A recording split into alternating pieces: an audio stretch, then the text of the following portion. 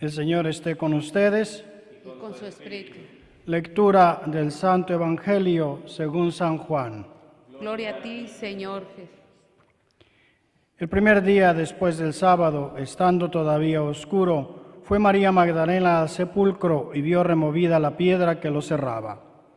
Echó a correr, llegó a la casa donde estaban Simón Pedro y el otro discípulo a quien Jesús amaba y les dijo: Se han llevado del sepulcro al Señor y no sabemos dónde lo habrán puesto. Salieron Pedro y el otro discípulo camino del sepulcro. Los dos iban corriendo juntos, pero el otro discípulo corrió más aprisa que Pedro y llegó primero al sepulcro, e inclinándose, miró los lienzos puestos en el suelo, pero no entró. En eso llegó también Simón Pedro, que lo venía siguiendo, y entró en el sepulcro. Contempló los lienzos puestos en el suelo y el sudario que había estado sobre la cabeza de Jesús, puesto no con los lienzos en el suelo, sino doblado en sitio aparte. Entonces entró también el otro discípulo, el que había llegado primero al sepulcro, y vio y creyó, porque hasta entonces no habían entendido las Escrituras, según las cuales Jesús debía resucitar de entre los muertos. Palabra del Señor. Gloria a ti, Señor Jesús.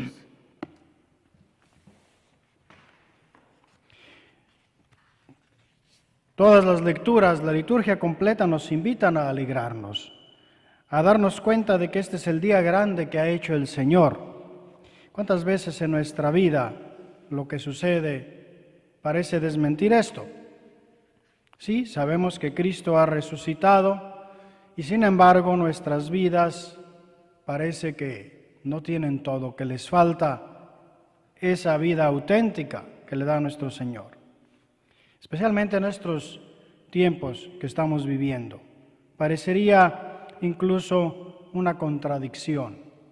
La misma liturgia que estamos celebrando, pues por muchos aspectos está bajo tono, los cantos, la participación. Y sin embargo, sigue siendo verdadero y quizá todavía más necesario que nos demos cuenta de ello, que es cierto, el Señor está vivo. Veamos en las lecturas ese primer día, primer encuentro que acabamos de escuchar. No fue el de la alegría inmensa de encontrar al Señor vivo. Lo primero que los discípulos se encuentran no es a Jesús resucitado. Lo primero que ven es una tumba vacía. No encuentran al Señor al inicio. Esa tumba vacía no es la seguridad de que Él ha resucitado. Es más, la mayor parte de ellos lo que piensan es que se han robado el cuerpo, algo ha pasado allí. Ciertamente la tumba vacía apunta a que algo ha pasado. Un poco dirige a tener una cierta esperanza, pero no es en automático. La mayor parte, como les digo y como vemos, realmente pensaron que alguien se había robado el cuerpo. ¿Cuántos judíos había en Jerusalén para la Pascua? Algunos dicen cientos de miles. ¿Cuántos habrán visto en los días sucesivos el sepulcro vacío y no les dijo nada? Solo a unos pocos ese encontrar el sepulcro vacío les sirvió como primer paso para encontrar luego al Señor. Pero al inicio lo que encuentran es ese sepulcro vacío. María Magdalena, los otros discípulos que van a ver qué pasa, sepulcro vacío.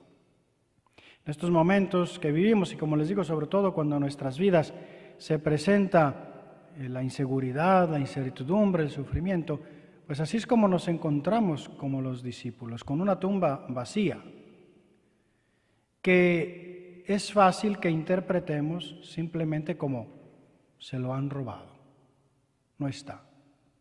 Y es lo más fácil y lo más rápido que nos sale, el pensar así humanamente. De hecho, a lo único que llegan los apóstoles y los demás discípulos, con su esfuerzo personal humano, es a descubrir que la tumba está vacía. Más para allá ya no depende de ellos.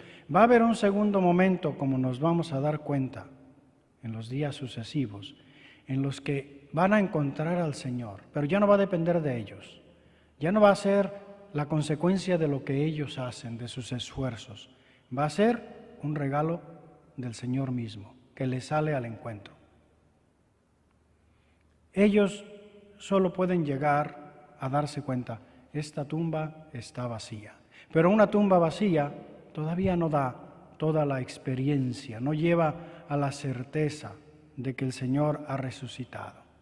En estos momentos, en estos días en los que pues nos encontramos así, una tumba vacía, y quizá estos días que estamos encerrados, aislados, hemos comenzado a darnos cuenta de cómo en nuestras vidas nos distraemos con tantas cosas y olvidamos lo fundamental.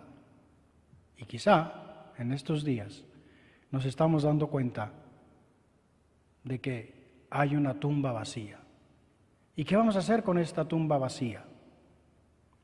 Nos vamos a quedar como posiblemente la mayor parte de los habitantes de Jerusalén de ese día, como una anécdota, un chisme que pasó, una ignorancia de los hechos.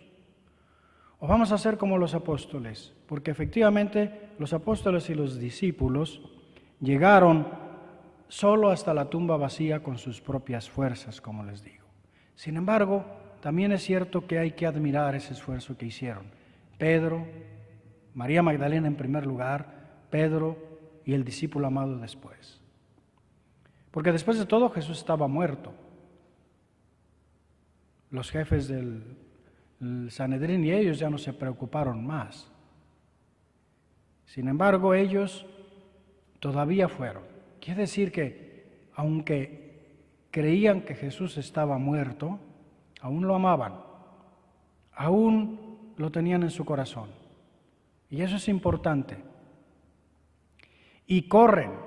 Podemos imaginarnos a este Pedro, cómo estaría después de haber traicionado 3 veces a Jesús, pero no dejó que esa traición lo detuviera. Y va y corre con todas sus fuerzas, que son menos que las del otro discípulo. Sin embargo, él va con toda su fuerza.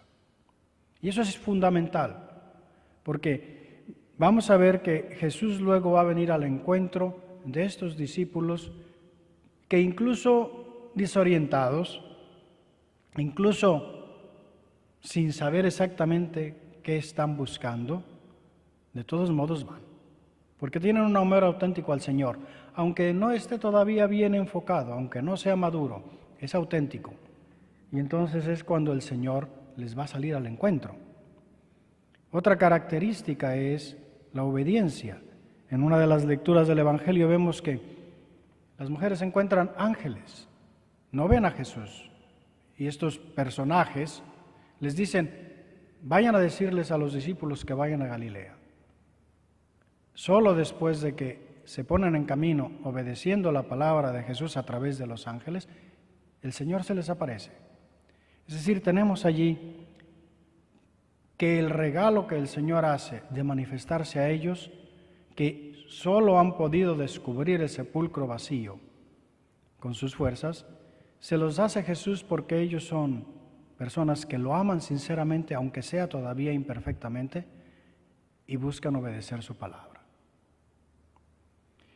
En estos días en los que nos movemos en el primer estadio probablemente de los discípulos, que salen la mañana de Pascua todavía llenos de tristeza, de pena, encuentran un sepulcro vacío que no es todavía la respuesta, que da un rayo de esperanza, pero que al mismo tiempo es tan ambiguo que puede ser interpretado humanamente.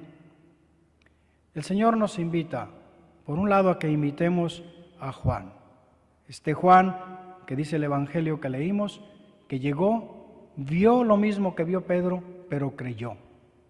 Todavía no ve a Jesús, pero él ya ha creído.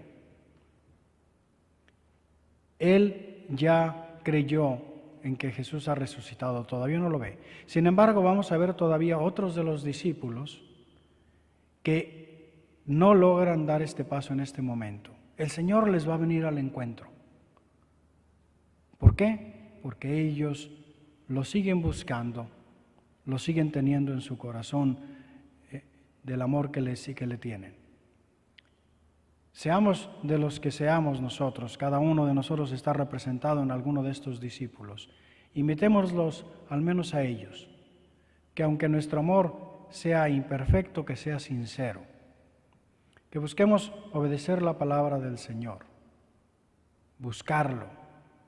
Cuando los ángeles les dicen a las mujeres que les digan a los discípulos que vayan a Galilea, básicamente les está invitando a que vuelvan a comenzar el camino y vuelvan a recordar todo lo que recorrieron con Él, a que comiencen a ser discípulos otra vez, pero ahora a la luz de lo que han experimentado.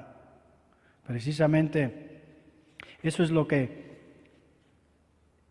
el discurso de Pedro insinúa cuando dice: ya saben ustedes lo sucedido en toda Judea, que tuvo principio en Galilea desde el bautismo predicado por Juan.